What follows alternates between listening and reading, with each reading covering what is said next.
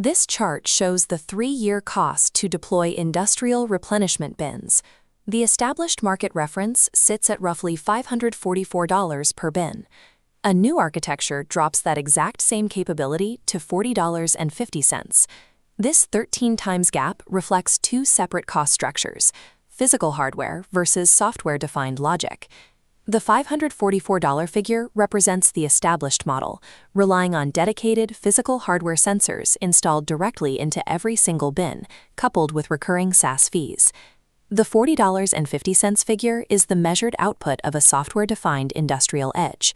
It replaces physical sensors with localized computer vision and algorithmic gating. To capture this economic advantage, we have to tear down the entire system and rebuild its base topology from the ground up. Walk any large-scale manufacturing floor and you will see thousands of discrete parts bins that must be continuously monitored and replenished.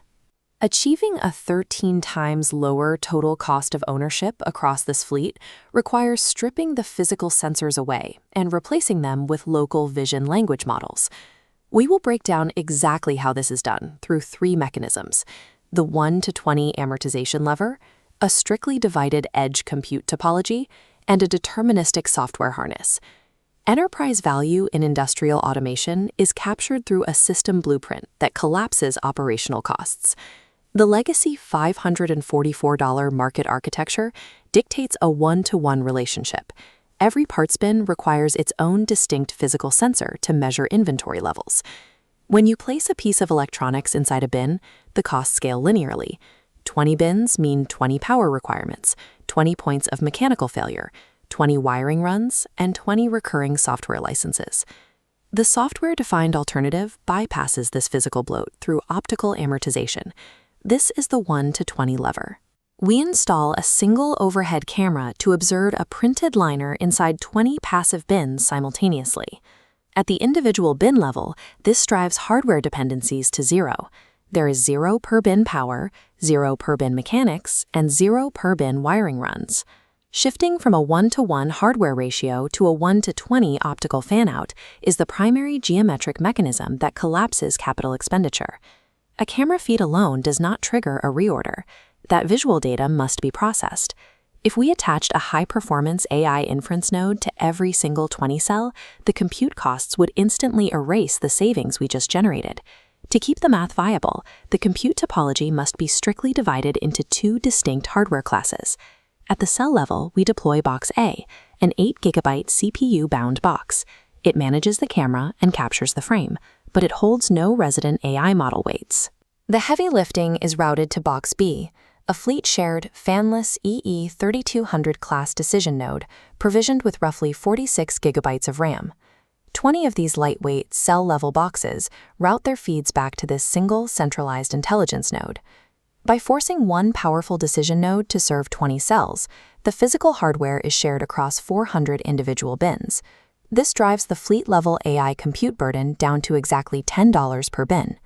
An alternative approach would be to bypass local edge compute entirely and pipe the raw camera images directly to a cloud API for processing. To maintain accurate inventory states, the system must read the bins on a rigorous duty cycle. In an active facility, a cell fires its camera every 2 minutes, or 720 times a day. This diagram illustrates what happens when you run that cycle through a cloud model. Across a 20-cell fleet, pinging a remote API 720 times a day incurs variable inference costs that rapidly compound. Within 12 months, the operational penalty exceeds $40,800.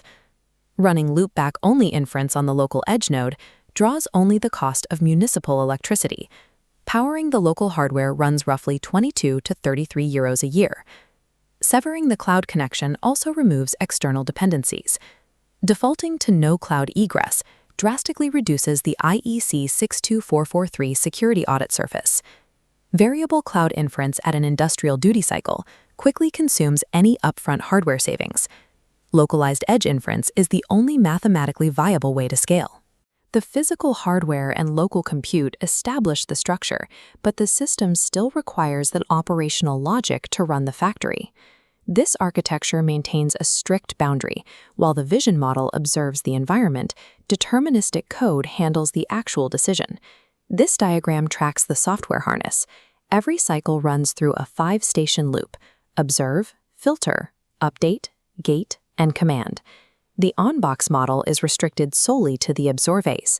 It reads the visual frame and returns a state on the current bin levels. That is the end of the AI's involvement. Everything downstream operates on strict code logic. A stability window acts as a filter, damping out noisy single-frame anomalies. Then a hard-coded threshold acts as a pre-write gate, checking the math before any action is permitted. Only when the logic clears the deterministic gate does the system emit a command, generating an immutable provenance trace directly into the Apache Iceberg data layer. The open-source vision model is a replaceable commodity. The rigorous, deterministic gating and the audit trail built around it form the actual, defensible intellectual property of the system. We can now trace exactly why the system costs $40.50 instead of $544. The capital investment for cameras, edge hardware, and initial engineering is paid entirely upfront. By absorbing that localized capital expenditure, the facility structurally isolates itself from the recurring software as a services that define the legacy market. The ongoing cost per bin drops to zero because of the specific topology decisions: the 1-to-20 optical fanout, the localized loopback inference, and the self-hosted deterministic execution. You do not lower operational costs by finding cheaper third-party sensors. You lower them by engineering the physical complexity out of the architecture. For the enterprise architect, this presents a clear financial mandate regarding system ownership. The avoided SaaS pool represents real capital. Whoever funds, designs, and controls this foundational infrastructure captures the entirety of the avoided recurring costs. In industrial environments, the true intelligence of an automated system is written into the blueprint.